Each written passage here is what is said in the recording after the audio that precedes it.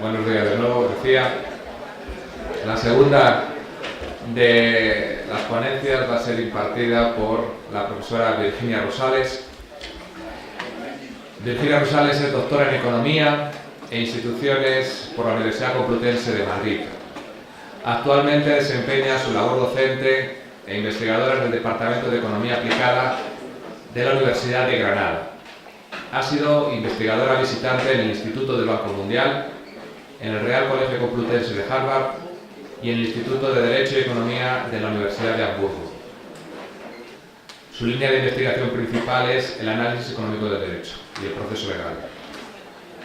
Entre sus publicaciones más destacadas podemos encontrar artículos en revistas tan importantes como European Journal of Law and Economics, revista INDRED, Applied Economic Letters, Learning and Individual Differences o la revista Iberoamericana de Estudios Utilitaristas. También ha participado en la elaboración de varios libros o capítulos de libros donde ha tratado temas como la inmigración y los microcréditos como instrumento de integración, también las instituciones jurídicas y el desarrollo económico, o la eficiencia del sistema judicial y el mercado de crédito financiero. Es un poco el currículum de Virginia. A Virginia la conocimos el año pasado en un congreso de análisis económico del derecho, precisamente en Santander. Nos pareció una investigadora interesante. Tenemos una línea de investigación que tiene cierta conexión y nos pareció muy apropiado traerla aquí a Segovia para que nos ilustre con su conocimiento, sobre todo en un marco como el de estas jornadas, que es las conexiones entre la economía y el derecho. Creo que su ponencia, que se titula Economía de la Justicia, encaja perfectamente en el ámbito que estamos desarrollando en estas jornadas. Sin más, le doy la palabra a Virginia para que comience su ponencia.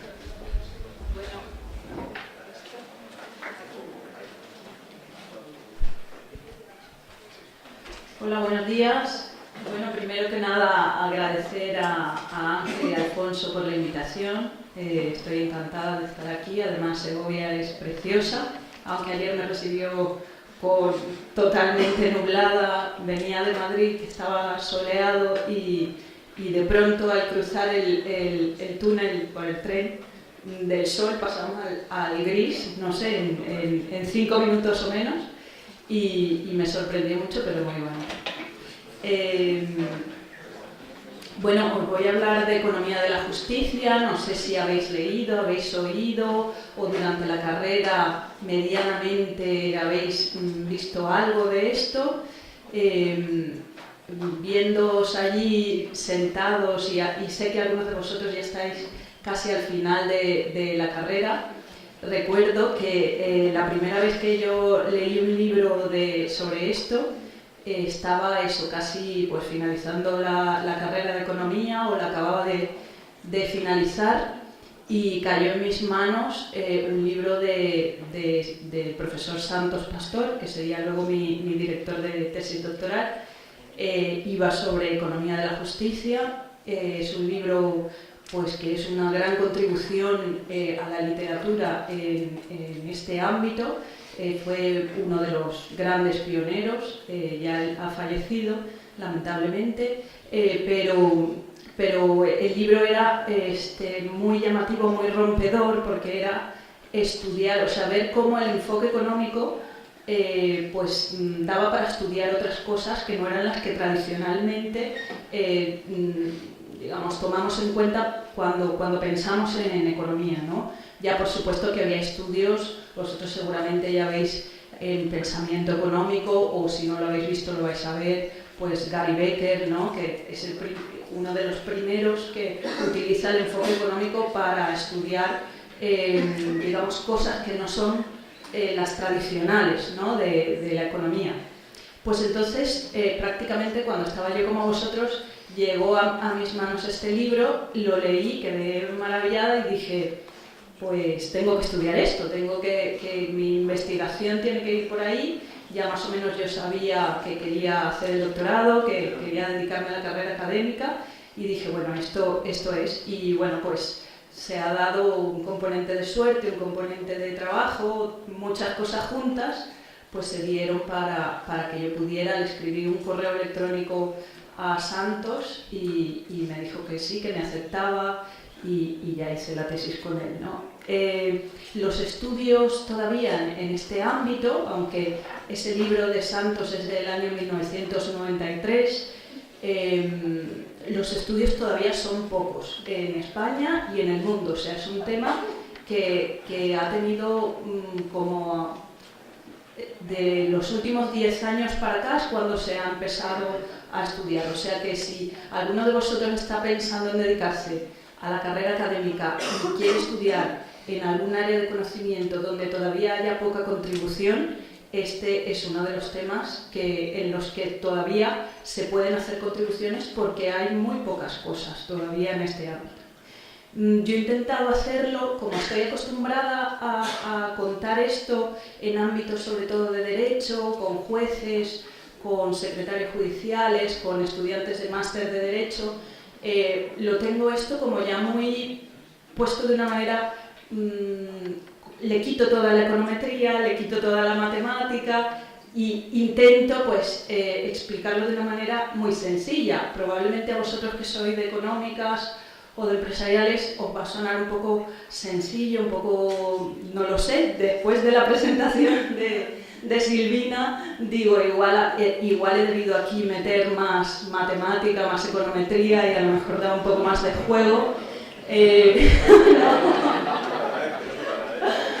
Bueno, entonces la cosa es que eso, tener en cuenta que esto está muy filtrado y digamos que voy a lo fundamental, quitando todo el aparato econométrico, todo el aparato matemático, para simplemente centrarnos en las ideas fundamentales para que sobre todo la gente que tiene que diseñar políticas, que tiene que diseñar políticas públicas o que tiene que ver la aplicación de la legislación, o sea, cómo aplico el enfoque económico para explicar los efectos de una norma o de una ley o de una legislación, pues puedan verle un poco la cosa, ¿no? Porque si no, entre economistas nos entendemos, pero la gente de derecho, pues ya algunos sí, por supuesto, pero la mayoría. Bueno, vamos a empezar después de esta gran introducción.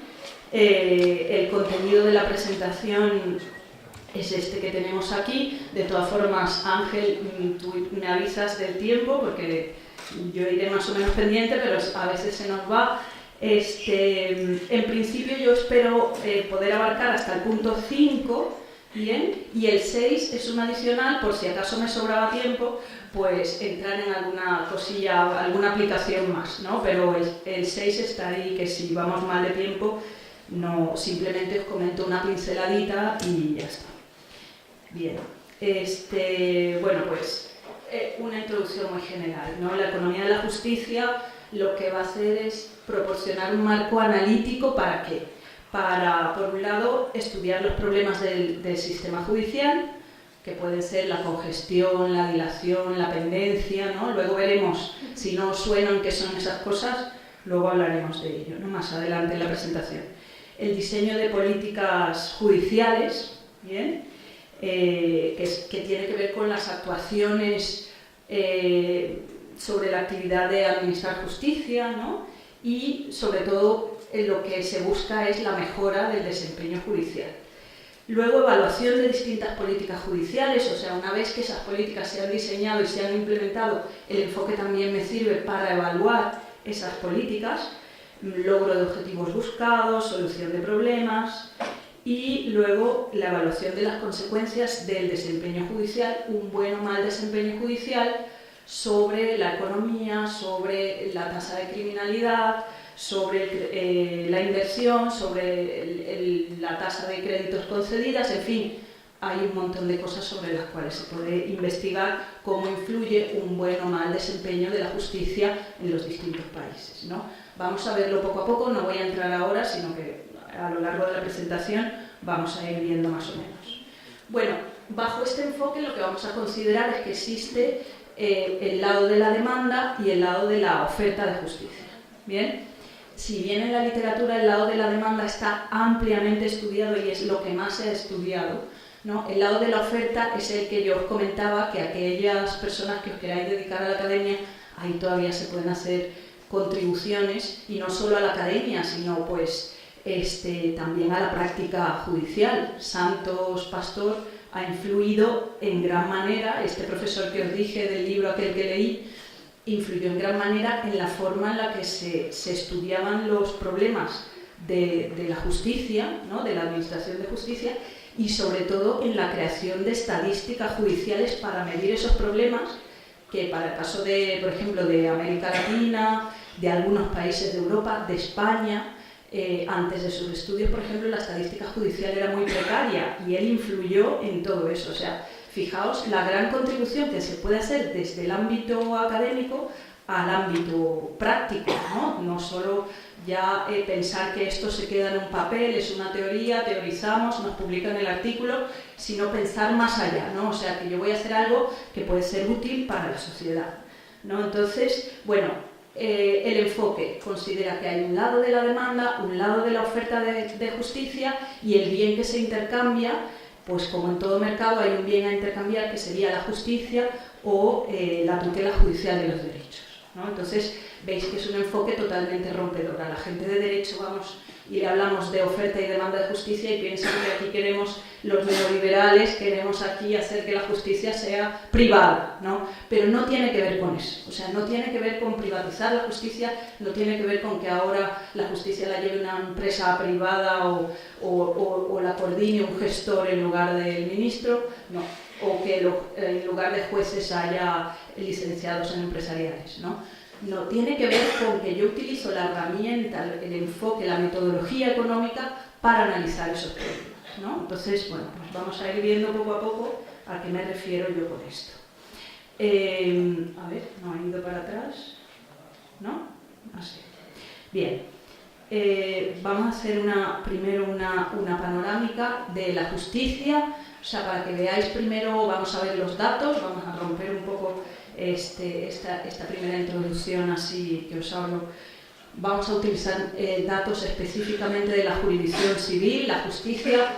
Cuando vosotros entráis en este mundo, nosotros que venimos desde el lado de empresariales, económicas, pues aquí todo no sabemos muy bien por dónde tirar. O sea, hay muchas jurisdicciones, la de lo civil, la de lo penal. La de lo penal nos suena por los delitos y tal, y porque estamos pendientes de no cometer algunas infracciones de tráfico, de tal, ¿no? Y bueno, nos suena porque nos puede caer por ahí una multa o tal, ¿no? Pero pues lo civil, lo penal, lo laboral, contencioso administrativo, lo mercantil, en fin, hay varias jurisdicciones.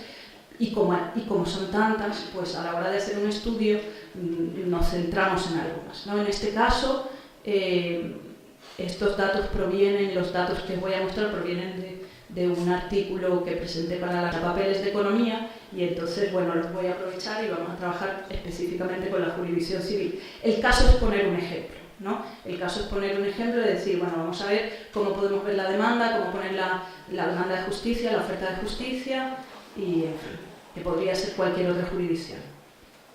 Y los años son del 2004 al 2014. Bien, lo que tenéis aquí es un gráfico sencillito, cogemos los datos y vemos pues el número de asuntos pendientes al inicio, estos serían los ingresados al sistema, ¿no? Primero los ingresados, luego los pendientes al inicio, que son aquellos que no se resuelven y quedan, ¿no? Pendientes para el año siguiente, y la suma de los dos sería esa que tenéis ahí arriba, esta morada, ¿no? Que sería la carga de trabajo, que sería la suma de las dos variables. Los asuntos ingresados y los asuntos pendientes al inicio representan lo que sería el lado de la demanda, ¿vale? O sea, los ciudadanos van a la justicia, van a la administración de justicia demandando justicia, no el bien, justicia, ¿vale? Bien, el lado de la oferta sería los asuntos que se resuelven, ¿bien? Y los que quedan pendientes al finalizar. Por ejemplo, cuando analizamos el lado ya de la oferta, nos fijamos en esto y nos fijamos en otras cosas que ahora os voy a comentar. Bueno, ¿qué está pasando? Si consideramos esto desde el punto de vista económico, tenemos aquí un intercambio de dos fuerzas, ¿no? La demanda y la oferta. Y la demanda es superior a la oferta. ¿no? Entonces tenemos aquí lo que en economía llamamos, cuando veis economía -1, como digo yo, nivel 0, cuando veis la regulación o sea, cuando veis el mercado y veis los efectos de las regulaciones de precio, el exceso de demanda, el exceso de oferta, ¿no? Que veis aquello, que justo estoy ahora yo con mis alumnos con eso, pues la demanda es mayor que la oferta, tenemos aquí un exceso de demanda o escasez de oferta, como queráis decirlo, ¿no? Aquí tenemos los datos, por si en el gráfico no se veía bien, lo importante es ver aquí en la columna azul, ¿vale?, que tenemos los resueltos menos los ingresados hasta el 2010 es negativo. Eso significa que han sido más los asuntos que ingresan al sistema que los que se resuelven. Tenemos un problema, entonces, ¿no? O sea, la justicia, veremos, ¿no?, cuáles son esos problemas, pero la justicia no está resolviendo, no está proporcionando el derecho del bien, justicia, a toda la gente que demanda ese bien, ¿no? Y entonces, bueno, y luego tenemos otra que es resueltos menos carga, donde consideramos la carga de trabajo, que es la suma de los asuntos pendientes al inicio, y los ingresados, que es peor aún, ¿no? O sea, si ya consideramos la carga de trabajo y los resueltos, la diferencia negativa es mucho mayor. ¿Bien? Bueno, ¿cuáles son esos problemas? ¿Cómo se refleja y cómo analizamos el exceso de oferta de justicia? Tenemos por un lado el problema de la pendencia, el problema de la congestión y el problema de la dilación. La dilación es excesiva duración de los procesos judiciales. La congestión y la pendencia tienen que ver con que los asuntos ingresados o la carga de trabajo son mayores que los resueltos. Bien, entonces pensar que vosotros sois el asesor en justicia de la política judicial y os encontráis con que tenemos este problema, ¿no? ¿Cómo lo resolvemos? ¿Qué hacemos? ¿Bien? Bueno, pues vamos a dar desde nuestro punto de la economía un enfoque distinto al que puedan dar los especialistas en derecho. ¿Bien?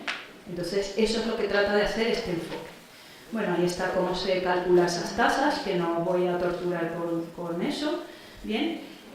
Quizás indicadores más ajustados y mejores que el número bruto de asuntos resueltos o pendientes a finalizar o tal, serían las tasas, ¿no? Las tasas de resolución, pendencia y congestión. Y lo que vemos aquí es, por ejemplo, el verde, la tasa de congestión, es un sistema muy congestionado, ¿vale? Pero una cosa, si vemos la serie a lo largo del tiempo, una cosa buena es que la congestión ha ido disminuyendo, ¿no? Si vemos el dato del 2004 y lo comparamos con el del 14, ha ido disminuyendo porque, pues, en estos años ha habido una política muy comprometida por parte del sistema de justicia de intentar resolver esos problemas, mejorar la eficiencia judicial, etcétera, etcétera, ¿no? Entonces, bueno, pues eso se traduce en una disminución de la congestión, una disminución de la tasa de pendencia y un ligero aumento de la tasa de resolución. ¿Bien? Entonces, bueno, o sea, por ese lado son buenas noticias, ¿no?, para el caso de la jurisdicción civil en España.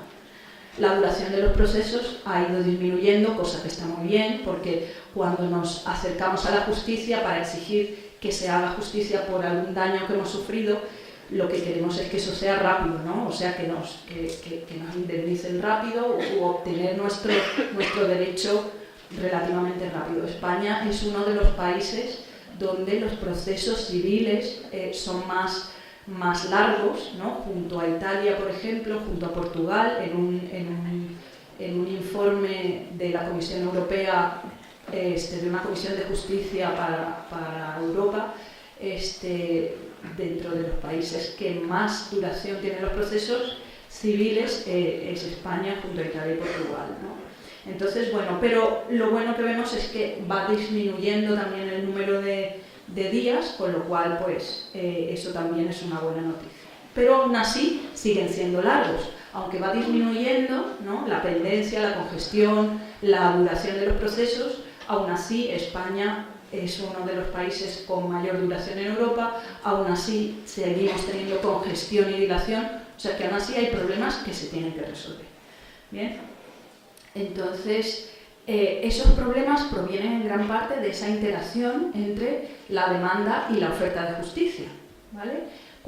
¿Qué determina la demanda? ¿Qué determina la oferta? ¿No? Entonces, eso lo veremos ahora en las partes 3 y 4. Vamos a empezar con el lado de la demanda. Bien, desde el punto de vista de la teoría económica, la decisión de demandar justicia es una decisión racional donde se sopesan costes y beneficios, ¿vale? Pues yo decido introducir una demanda al sistema si los beneficios esperados son menores que todos los costes en los que tengo que incurrir para introducir esa demanda. Bien, entonces ese sería el modelo. Vamos a hablar aquí del modelo básico. Esto, como todas las cosas de los economistas, esto luego lo enredan y es una maraña de variables y de cosas y de todo y tal, pero aquí vamos a hablar simplemente de lo más sencillo. Pues eso, los litigantes son personas racionales, ¿no? Desde el punto de vista económico. Bien, y con eso aprovecho de deciros también, para aquellos que estéis interesados en la academia y estudiar el doctorado y en investigar, que el estudio de lo que es la conducta no racional, ¿no? Que sería un área de la economía que no sé si la habéis estudiado, Behavioral Economics y economía, pues que critican un poco los supuestos de la elección racional, pues en el derecho y en la economía eso también está muy poco estudiado, ¿no? El modelo básico es tomando en cuenta que los decisores somos racionales y evaluamos beneficios y costes, pero puede haber otras variables desde el punto de vista de ese modelo de Behavioral Economics que también a veces nos hacen no calcular bien los costes, entonces pues la gente no todo el tiempo se comporta de manera racional. Pero bueno, el modelo básico, ese paréntesis aparte, lo que considera es esto, ¿no? Bien, bueno, normalmente si nos acercamos al artículo, por ejemplo, de Chabel, que es el artículo seminal de la litigiosidad, junto con otro de Posner y otro de Landes, pero el de Chabel es el que más se cita, se divide el proceso legal para analizarlo, ¿no? Para modelarlo en tres partes, ¿no? Donde pues, un litigante racional pues, se evalúa la decisión de si demanda o no demanda, si negocia o no negocia, es decir, si luego va a juicio o no, y luego si apela o no apela, ¿no? Entonces, aquí lo tenemos, ¿no? Tras el sufrimiento de un daño, la víctima debe decidir si interpone o no interpone una reclamación en el juzgado. Luego, la negociación entre las partes puede determinar que ya no se vaya a juicio o sí, dependiendo de ese resultado de esa negociación. Y luego, una vez que ha habido el juicio de primera instancia, si el demandante, por ejemplo, o una de las partes no está de acuerdo con el fallo de primera instancia, la decisión de apelar o no, ¿no? Todas esas decisiones las podemos explicar de acuerdo a este modelo, según pues, la teoría de la decisión racional, donde las partes van a decidir si demandan o no demandan, todo de acuerdo al análisis coste-beneficio tradicional de la economía. Pues, bueno, esto es lo que acabo de decir. Bien. Bueno, ¿por qué en algunos casos, la pregunta fundamental de Chabel era ¿por qué algunos casos acaban en arreglos extrajudiciales y otros van a juicio? Bueno, pues porque la oferta mínima que está dispuesto a aceptar la víctima, ¿vale?, tiene que ser siempre menor o igual a la oferta máxima que el demandado o el causante del daño haga, ¿no? Pensemos en un accidente de tráfico, ¿no? Por ejemplo, hace un año tuve yo uno y pues estuve envuelta en eso, me chocaron y tuvo la culpa totalmente el contrario, que no respetó un stop y mi coche fue siniestro total y yo con una lesión pues más o menos no grave, pero que me tuvo de baja 2 meses. Bueno, yo he sido víctima de un daño y bueno, ahora vamos a ver cómo va a actuar el contrario. Bien, pues primero que nada se miden los daños, ¿no? Pues el coche siniestro total, vamos a ver el valor venal del coche para ese momento, la lesión pues, que supone, hay un baremo publicado que se puede buscar de las lesiones, cuánto deben darte para indemnizar. Bueno, pues eso hace, por ejemplo en mi caso, que yo lo mínimo que me tenían que ofrecer para indemnizarme por los daños eran 7.000 euros, ¿no? Pues si el contrario ofrece algo menor que eso, si me ofrece 5.000 euros, pues por supuesto que no lo voy a aceptar porque no me está pagando el daño que me ha hecho. Y entonces ahí sería la decisión de demandar, ¿no? En mi caso, menos mal, toco madera porque no sucede todo el tiempo, me ofreció incluso más de lo mínimo que yo estaba dispuesta a aceptar. En mi caso me indemnizaron aproximadamente 8.000 euros, con lo cual perfecto, ya no fui a la justicia y tal. Pero ese es el modelo de decisión racional. La víctima sufre un daño y va a decidir si ir a juicio o no, dependiendo de si se le compensa o no por ese daño que ha sufrido. Bien. Y la misma decisión también de apelar o no apelar, pues bueno, pues también va a depender de una decisión, análisis coste-beneficio. Hay que tener en cuenta que los costes de demandar no es solamente lo que me cuesta el abogado, ¿no? Si sabéis, por lo que habéis visto en análisis en economía, en introducción a la economía, en economía política, no sé si tenéis las mismas asignaturas, porque eso varía un poco de universidad a universidad, pero por ejemplo a mis alumnos siempre les comento, el primer tema de economía es pues lo que es la economía, que no solo tiene que ver con el coste monetario, ¿no? Las decisiones no solo tienen que ver con el coste monetario, sino también hay otros muchos costes relacionados con las decisiones. La decisión de demandar tiene muchos costes, no solo el abogado, sino costes que van desde el coste psíquico, de decir, el estrés de que tengo que ir a un juzgado, de que no sé cómo va la cosa, de la falta de información, de no sé muy bien, y toda la información que tengo que recabar, el tiempo que eso lleva, ¿no? En fin, va asociada a muchos costes, ¿no? Entonces, pues todos esos costes se tienen en cuenta, no solo los monetarios. Y la decisión de apelar pues también va a estar condicionada por eso, y también va a estar condicionada por una cosa que es el fallo o sea, la probabilidad de que en segunda instancia se revoque el fallo en primera instancia. Si yo, por ejemplo, creo que el juzgado de primera instancia ha dictado una sentencia que yo creo que es injusta y quiero apelarla en segunda instancia, digamos que aumentará la probabilidad de apelar si yo sé que el fallo de segunda instancia tiene una gran probabilidad de revocar el fallo de primera, ¿no? Entonces, bueno, pues son variables que influyen en la decisión de apelar. Resumen hasta aquí, no pensáis que vamos a terminar la ponencia, todavía os voy a torturar un poquito más.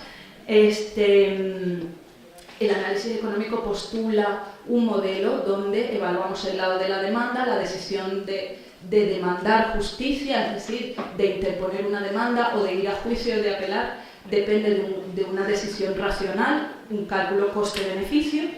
Bien, y bueno, resumimos esto por ahí. Eso es la teoría, ¿no? La evidencia empírica, ¿qué dice? La evidencia empírica, algunas de las variables, ¿vale? Los estudios de los que he sacado esto están citados al final, no los he puesto aquí directamente. Algunas de las variables son pues la aversión o propensión al riesgo. Las personas más arriesgadas tienden bueno, pues a incurrir más, a demandar más justicia. El desempeño del sistema judicial. Si yo creo que la justicia funciona bien, voy a demandar, voy a atreverme más y voy a incurrir más en los costes porque creo que va a ser rápida. Si yo pienso, por ejemplo, que el fallo va a ser dentro de 10 años y que no sé muy bien porque la justicia no es transparente, porque no, pues igual no me compensa meterme en una demanda o no, ya dependerá de la cantidad, pues análisis coste-beneficio, ¿no? Cambios en las normas sustantivas y procesales, hay veces que las normas influyen también. Os voy a contar luego un pequeño ejemplo rápidamente también de un artículo que tenemos sobre cómo ha influido un cambio en una norma procesal, que es la Ley de Enjuiciamiento Civil, que se cambió en el año 2001, cómo influye en la demanda de justicia. ¿Bien? Luego, el nivel de conflictividad de la sociedad, por supuesto, los incentivos de los abogados, bien, también mencionaremos la evidencia empírica específica para el caso de España de cómo pues, en las provincias donde hay más abogados hay mayor litigiosidad, tienen incentivos, ellos ganan dinero pues con los pleitos de la gente, o sea que tienen incentivos para que la gente litigue, ¿cómo no? Existencia de métodos alternativos de resolución de conflictos en los países donde los métodos alternativos, la mediación, la conciliación, el arbitraje funcionan bien, pues eso quita demanda hacia los juzgados y la justicia, ¿no? Y el ciclo económico, que también os contaré de un artículo donde hemos analizado el efecto de la economía sobre la demanda de justicia. ¿Bien? Bueno, en España son muy pocos los estudios realizados para evaluar, pues para estudios empíricos que me ofrezcan datos de las variables que determinan la demanda de justicia. En algunos de ellos, por ejemplo, lo que os comentaba, con una colega mía estudiamos el efecto de un cambio de una norma, que fue de una norma procesal, que es la Ley de Enjuiciamiento Civil, aunque pone 2000, en realidad entró en vigor en el año 2001, y la cosa es cómo influye esa ley en la demanda de justicia, ¿no? Entonces, la cosa es que nuestra hipótesis era que la ley lo que venía a hacer era rebajar los costes de litigación, ¿no? ¿Por qué? Porque la ley en sí misma pretendía una simplificación de todos los procedimientos burocráticos. Sabéis que, como muchas cosas en España, pero la justicia es muy burocrática, ¿no? Y todos esos costes en los que tiene que incurrir la gente, entonces papeleo burocrático, eso es un coste adicional aparte del abogado que tienen que pagar. Si esos procedimientos se simplifican, si es más transparente, si hay mayor accesibilidad a la justicia, en algunos casos, algunos procedimientos se puede ir a los juzgados sin necesidad de abogado ni procurador. La persona puede presentar por sí sola una demanda específicamente en los procedimientos monitorios. Todo eso rebaja los costes de acceder a la justicia. Entonces, nuestra hipótesis era que ese cambio de ley lo que iba a hacer era aumentar la litigiosidad y efectivamente encontramos eso, que la entrada en vigor de la ley generó un aumento de la litigiosidad, pero luego os cuento, ese efecto también está unido al ciclo económico, ¿no? Luego os termino de contar el panorama completo de ese artículo. Aquí está. En esa ley, uno de los procedimientos estrella era el procedimiento monitorio, que lo que hacía es lo que os comenté antes, ¿no? Que la gente puede ir a reclamar deudas.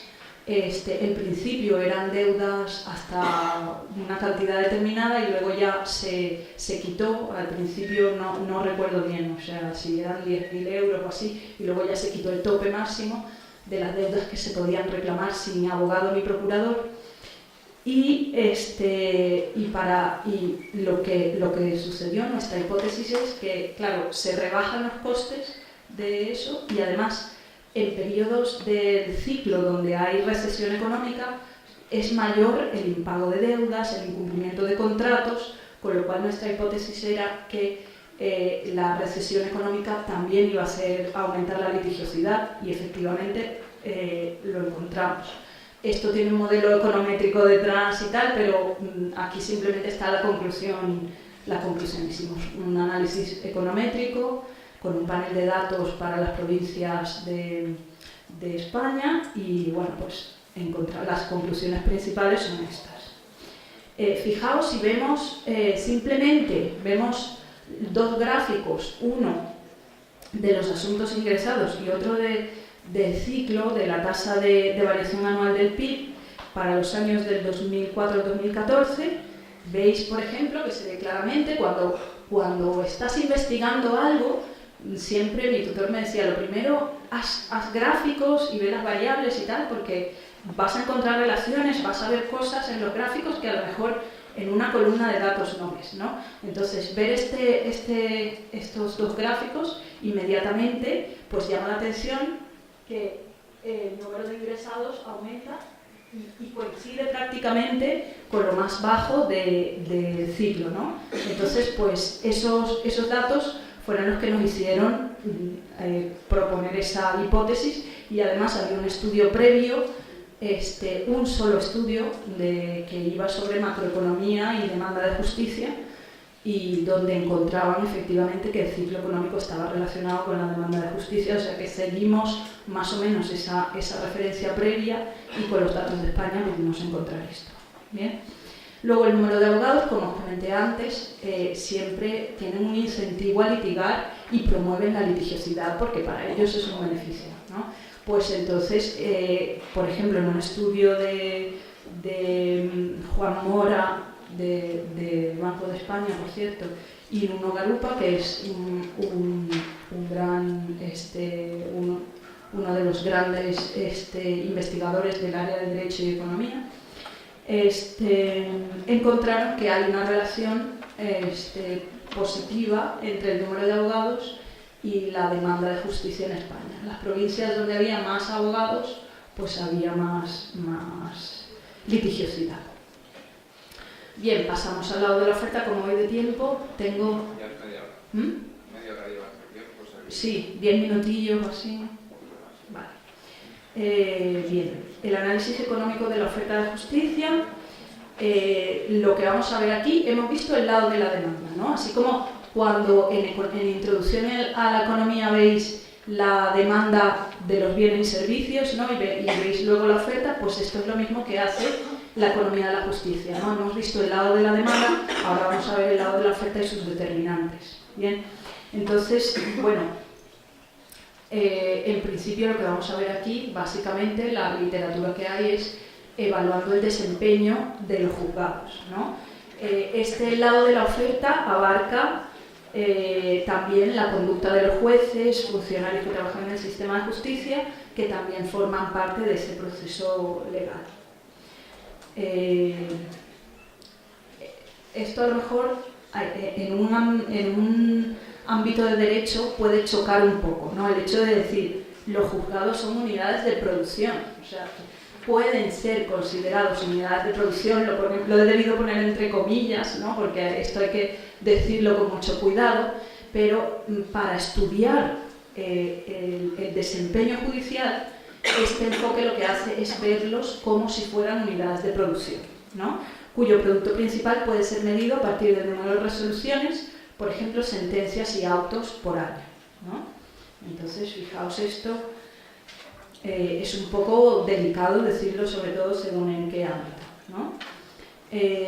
Como cualquier otro proceso productivo, lo que vamos a ver es que para producir esas resoluciones judiciales se han combinado una serie de factores de producción, ¿no? Pues capital, tecnología, trabajo, ¿no? Y entonces, pues eso nos permite ya hablar de eficiencia, ¿no? Que es una cosa que a los jueces a lo mejor les choca mucho cuando hablamos de medir la eficiencia en la producción, pero bueno, poco a poco se han ido acostumbrando al lenguaje, ¿no? Entonces, y de hecho ya si veis algunas de las grandes normas, la Ley de Enjuiciamiento Civil en su preámbulo ya habla de mejorar la eficiencia judicial, también pues varias normas que se han aprobado en los últimos años, ya la eficiencia judicial ya es un concepto que se ha incorporado, ¿no? a la retórica, y eso ya es importante. ¿Bien? Entonces, ¿por qué es importante estudiar? Porque, bueno, pues aunque allí, en los últimos años, aunque en los últimos años hemos tenido recortes al sector público, en realidad si vemos una serie muy larga, pues en realidad lo que ha habido al sector público es un aumento del gasto, ¿no? Y eso hace relevante estudiar cuán eficiente es la asignación de esos recursos, ¿no? Se están utilizando eficientemente, entonces traemos ese concepto del ámbito de la empresa al ámbito público, ¿no? Si esos recursos se están utilizando de una manera eficiente. ¿Bien? Entonces, ¿a qué nos referimos con eficiencia? En el caso de la economía distinguimos en dos conceptos de eficiencia, la eficiencia técnica y la eficiencia asignativa. Una unidad de producción es técnicamente eficiente cuando el nivel de output máximo posible a partir de se obtiene el nivel de output máximo posible, ¿no? A partir de una determinada combinación de factores o de inputs. ¿Bien? Y es eficiente desde el punto de vista asignativo cuando utiliza una combinación de inputs de mínimo coste para producir un determinado nivel de producción. Casi todos los estudios que estudian la eficiencia judicial lo que estudian básicamente es estudiar la eficiencia técnica, ¿no? Con los recursos que se tienen, si se está produciendo el máximo posible. ¿Bien?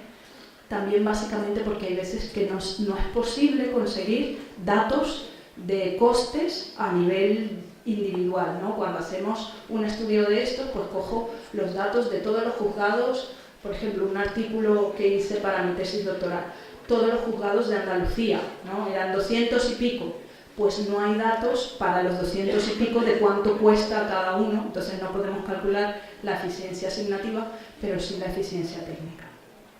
Bien, entonces, aquí lo que vamos a hacer es, bueno, ¿qué nos permite esto? Evaluar si se están utilizando eficientemente los recursos en los juzgados para producir el bien que tienen que producir. En este caso lo estamos midiendo a partir de resoluciones judiciales. ¿Bien? Entonces, técnicas. Tenemos las técnicas paramétricas, estadísticas y econométricas y las no paramétricas. El análisis envolvente de datos DEA, no voy a entrar en nada de esto, esto es simplemente a título ilustrativo, no os preocupéis. Y luego, bueno, pues otros indicadores de desempeño, porque lo normal es que la econometría y el DEA y tal, hagamos esos estudios en el ámbito académico y luego, pues según eso tiene su cierto efecto en la política judicial. Sin embargo, si vais a ver la memoria de los sistemas judiciales en los distintos países, lo que se utilizan son estadística descriptiva, ¿no? Y a partir de unos indicadores como los que hemos visto al principio de la presentación: número de asuntos resueltos, asuntos pendientes al finalizar de año, duración de los procedimientos, las tasas, dependencia, congestión, en fin, esos indicadores, ¿no? Entonces, eso por un lado era la teoría, la evidencia empírica. ¿Qué determinantes se han encontrado relevantes o estadísticamente significativos a la hora de explicar la oferta de justicia? Bueno, como más o menos ya nos podemos imaginar intuitivamente algunos, ¿no? La dotación de recursos, el gasto en justicia, pero sobre todo ya no el gasto por el gasto, porque gastar y gastar más en justicia no necesariamente aumenta el número de resoluciones. Entonces se le da mucha importancia al uso eficiente de los recursos, ¿no? Luego, incentivos a jueces y personal judicial, luego os comentaré brevemente cada uno de estos. Mejoras en la tecnología y en los sistemas informáticos, cambios organizacionales, diseño institucional. Bien, vamos a ver algunos, utilizando evidencia empírica para el caso de España específicamente, desde ese trabajo pionero, ese libro que os comenté al principio que me había leído yo, que ese es un libro del año 93, en España son cada vez más los estudios relacionados con el desempeño judicial, con el lado de la oferta, aunque todavía son relativamente pocos comparados con otras áreas y con otros ámbitos del conocimiento en economía, por ejemplo, ¿no? Porque por eso os decía que todavía ahí hay mucho margen para la contribución. Bueno, vamos a ver algunos resultados, ¿bien? Y ver qué factores, desde la evidencia empírica, qué factores podemos decir que son significativos a la hora de explicar la oferta. Por ejemplo, en estudios fuera de España se ha encontrado que el capital humano, la tecnología, son todos factores que ayudan a explicar la oferta, ¿no? Todos mejoran la oferta de justicia. Para el caso de España es difícil encontrar datos, por ejemplo, sobre capital humano a nivel, sobre todo, desagregado, ¿no? Pensar que cuando hacemos un estudio de esto necesitamos datos a nivel muy desagregado y esos datos pues no existen, ¿no? Lo que dificulta hacer este tipo de estudios. Para el caso de Andalucía, tuvimos la suerte de que en unos años en concreto, mientras yo estaba haciendo la tesis doctoral, además tuve esa gran suerte, se llevó a cabo en Andalucía un proyecto sobre justicia y tuve datos disponibles, por ejemplo, sobre el número del personal judicial por cada juzgado, ¿no? Y pudimos ver, por ejemplo, encontrar que a medida que aumentan los trabajadores, digamos, yo lo llamé trabajadores, pero es el personal que trabaja en el juzgado, ¿no? A medida que aumentan, no necesariamente, o sea, hay un aumento de las resoluciones, pero es con rendimientos decrecientes, ¿no? Llega un punto que por más que aumente no va a aumentar ya la producción de justicia. Luego el gasto público de justicia, varios estudios de Santos Pastor vienen a corroborar que aunque se aumente el gasto en justicia, eso no se traduce directamente en un aumento de las resoluciones judiciales, y por eso toda su obra está básicamente dedicada al hecho de mejorar la eficiencia, con los medios que ya se tienen, producir más, ¿no? Entonces, esta era la cosa de, por ejemplo, en algunos estudios que hemos hecho, calculando la eficiencia de los juzgados, encontrábamos que con los mismos medios, capital, trabajadores, el juez, un juzgado tipo y con una carga de trabajo muy parecida, algunos producían muchísimo más que otros, ¿no? Entonces, bueno, hay mucho margen, lo que encontramos es que hay mucho margen para la mejora de la eficiencia, ¿no? Entonces, eso es lo que pasa, ¿no? En algunos juzgados hay despilfarro de recursos. Entonces, la cosa es pues una política judicial que busque, que se comprometa con la mejora. Ya no es solo aumentar el gasto o nuevos juzgados, ¿no? Que es lo que reclaman muchos jueces, pues que tiene que haber nuevos juzgados. Pues no, con los que ya tenemos se puede producir más, porque ya efectivamente hay varios juzgados que lo hacen, ¿no? Entonces, ¿por qué unos sí y otros no? La carga de trabajo, hay una relación endógena entre la demanda y la oferta de justicia, se determinan la una a la otra. Bien, por ejemplo, con los datos que os he presentado, si calculamos la correlación, hay una correlación positiva de 0,9. Aspectos organizacionales, el marco de incentivo de los jueces, pues los jueces responden a incentivos positivos, por ejemplo, como la probabilidad de perspectiva de ascenso o de promoción. Eso les hace pues ser más productivos, ¿no? Mientras que hay incentivos negativos, como una política que estuvo vigente durante un tiempo, que se llamó los módulos de evaluación de la actividad judicial. Los jueces generaron un gran rechazo a esos módulos de evaluación. Eso está recogido en este libro de Domènech Pascual, y eso generó más bien como una disminución de la productividad, o incluso una cosa peor, que era la inflación de las estadísticas. En las estadísticas que los propios juzgados tienen que reportar de resoluciones, en algunos de ellos descubrieron que ponían más resoluciones de las que efectivamente habían hecho. O sea que hay incentivos negativos. Bien. Luego, rigidez, flexibilidad organizacional. Por ejemplo, lo que se encuentra es que en el caso de España la organización es muy rígida. Por ejemplo, para los juzgados de primera instancia, para aumentar la oferta, lo que hay es que crear nuevos juzgados, ¿no? Porque tenemos juzgados con un solo juez y el personal judicial que suele ir de 6 a 12 más o menos en el ámbito civil, por ejemplo.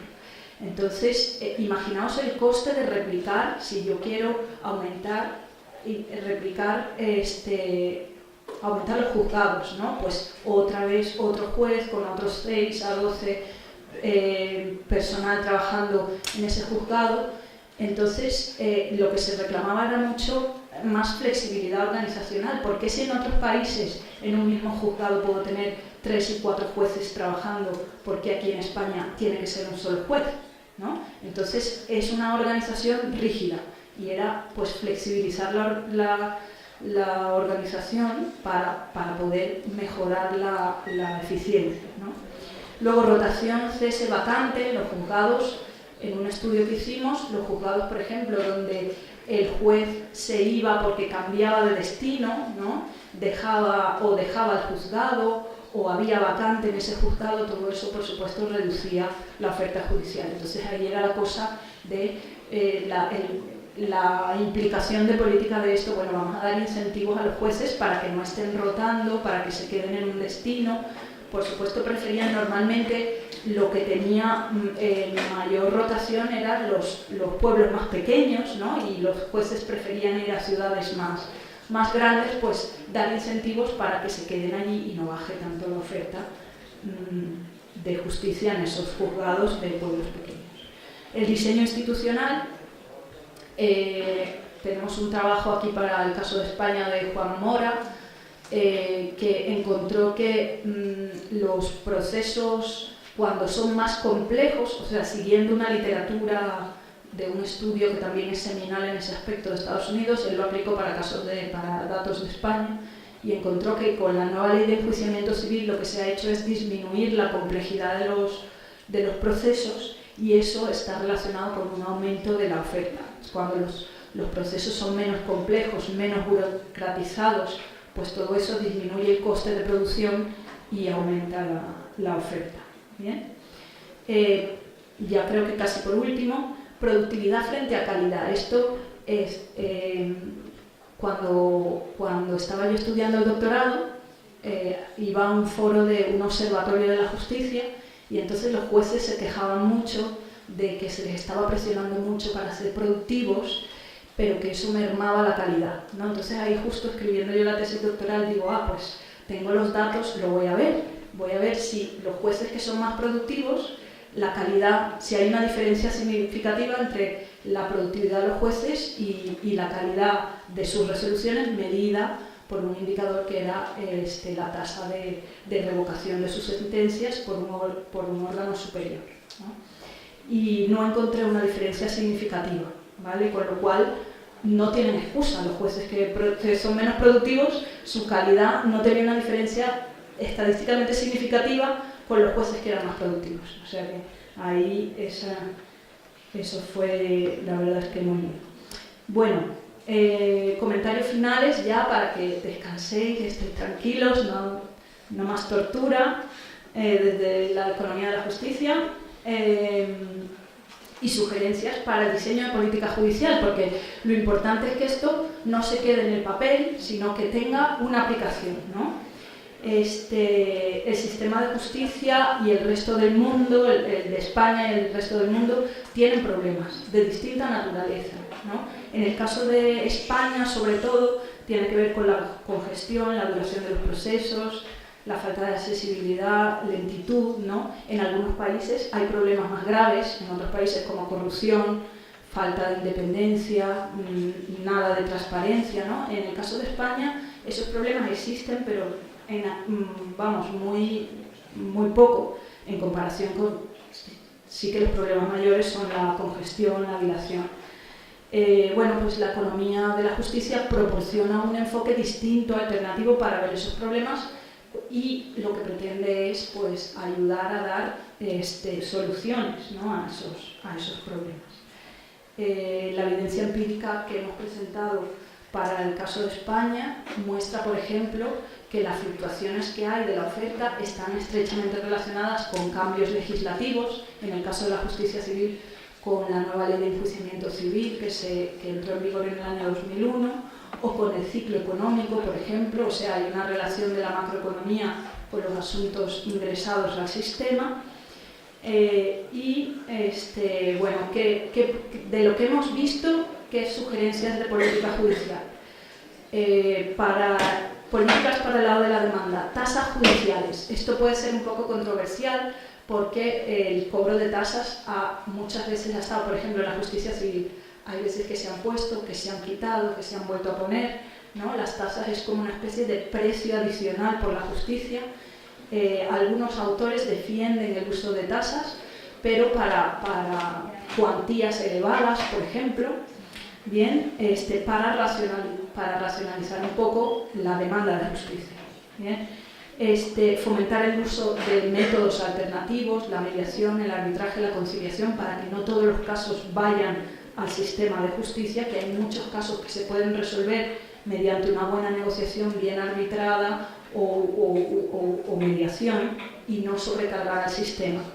Luego, desde el punto de vista de la oferta, mejor uso o más eficiente de los medios con que se cuentan los juzgados, cuando sea estrictamente necesario, sí, el aumento del gasto de justicia y los medios humanos y materiales, mejora de la tecnología y de los sistemas informáticos. Esto lo reclaman muchísimo en distintos observatorios que he estado de jueces o en congresos y de jueces, reclaman mucho el hecho de los sistemas informáticos y la tecnología. Por lo visto no va del todo bien.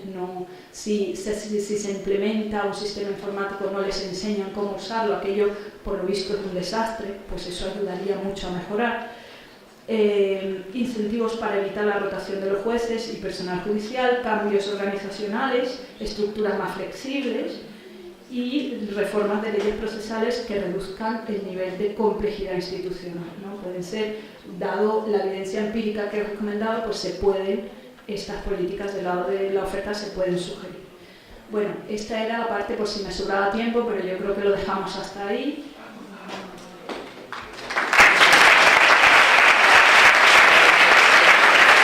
Muchas gracias.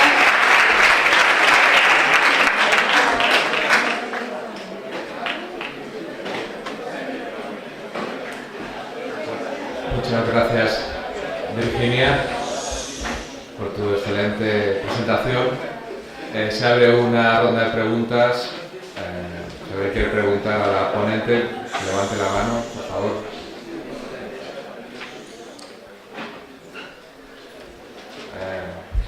Me gustaría saber, en el tema de la eficiencia, si existe alguna correlación entre el tipo de contrato que tienen los jueces y la eficiencia de sus juzgados. O sea, si son fijos o interinos. Seguramente es una variable que influye. Lo que pasa es que no podemos estudiar, no hay evidencia empírica, por lo menos para el caso de España, porque no tenemos el dato para poder hacerlo, pero debe influir, porque el hecho de estar fijo, lo que pasa es que puede ser un efecto, a lo mejor el hecho de estar fijo puede hacer relajarte, y el hecho de ser interino puede hacer ser más productivo para que te contraten, ¿no? Entonces, bueno, habría que estudiarlo ver qué efecto prevalece, ¿no? entre las dos cosas, pero sí que debe tener un efecto. Lo que habría que medirlo empíricamente para ver cuál efecto de los dos prevalece, pero sí que sería muy interesante eso. Sí. Buena pregunta. Sí, muy buena pregunta, ¿eh? Hay una pregunta para romper un poco más el hielo. Hablando de la medición, cuando se habla de la calidad de la actuación de los jueces, cuando habla de producción frente a calidad, sí. ¿Cómo dice la calidad? Tengo curiosidad. Porque sí, es una medida, es una aproximación. O sea, lo utilizamos con la tasa de revocación de las sentencias. De las sentencias que un juzgado de primera instancia emite, ¿cuántas en segunda instancia se revocan? ¿Qué porcentaje de esas se revocan? Es una proxy un poco limitada, pero es una medida. A mí me sorprendió la relación con el ciclo económico, porque lo que se está relacionando es el nivel de casos ingresados con la tasa de variación del PIB. Sí. Cuando a lo mejor uno piensa que más bien es la tasa de variación de los ingresos con la tasa de variación. Es decir, estás viendo que el PIB está cayendo, estamos en plena recesión en el año 2012, y como la caída del PIB de 2012 es un poco menor que la de 2010, decimos, bueno, pues sí que esto es más o menos procíclico, ¿no? Sí. Uno esperaría que en años todavía malos, ¿no? 2012, 2013, a pesar de que sean un poco menos malos que los anteriores, todavía nos encontremos con más casos. Sí, a ver, si quieres lo ponemos.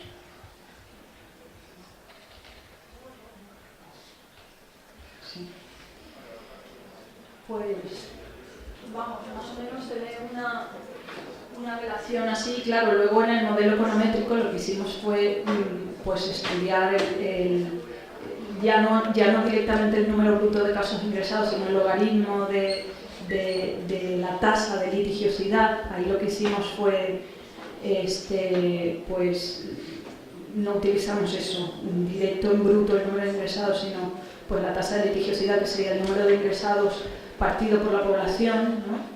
Y luego el logaritmo de eso, y lo relacionamos con otras variables, y entre ellas estaba el ciclo económico, ¿no? Entonces, o sea, la tasa de variación anual del PIB, que no me acuerdo ya cómo lo hicimos, si era el PIB en logaritmo o la tasa de... No, o sea, como variamos tanto el modelo, ya no sé decirte exactamente qué variable utilizamos, pero al final nos resultaba estadísticamente significativo y además se corroboraba nuestra hipótesis. O sea, no llego yo a la estimación, simplemente viendo el gráfico, pues sorprende un poco. Hombre, tú has dicho que también está el tema de la ley de enjuiciamiento civil. Sí, yo creo que ahí hay un efecto interacción entre los procedimientos monitorios específicamente, que era un procedimiento para cobrar deudas pendientes, ¿no? que era novedoso con esta nueva ley de yo puedo acceder a la justicia sin necesidad de abogado ni procurador, con lo cual eso disminuye muchísimo los costes de litigar. Entonces pensamos, y ese es un estudio en el que estoy trabajando justamente ahora, ¿no? Ya específicamente con los monitorios y el ciclo económico, ¿no? ¿Y en esa época no están afectando las tasas? Las tasas judiciales. En esa época hubo tasas que pusieron y quitaron.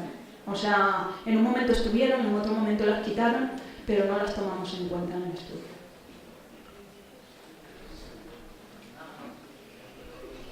Sí. ¿La ley de enjuiciamiento civil ha influido algo en la duración de los procesos judiciales? ¿O no tiene nada que ver presentarte a un juicio con la pública defensa de tu persona que con abogados?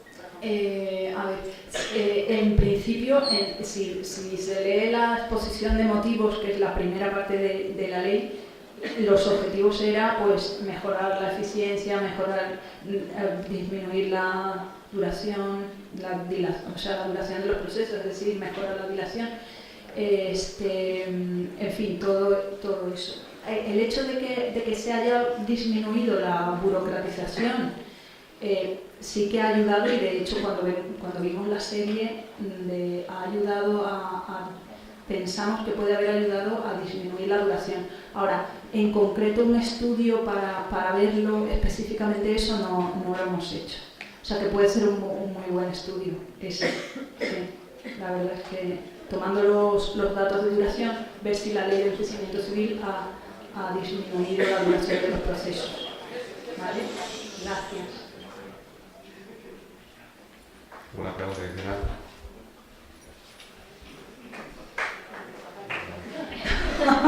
Ya queréis ir al descanso. Hacemos un descanso de 10 minutos y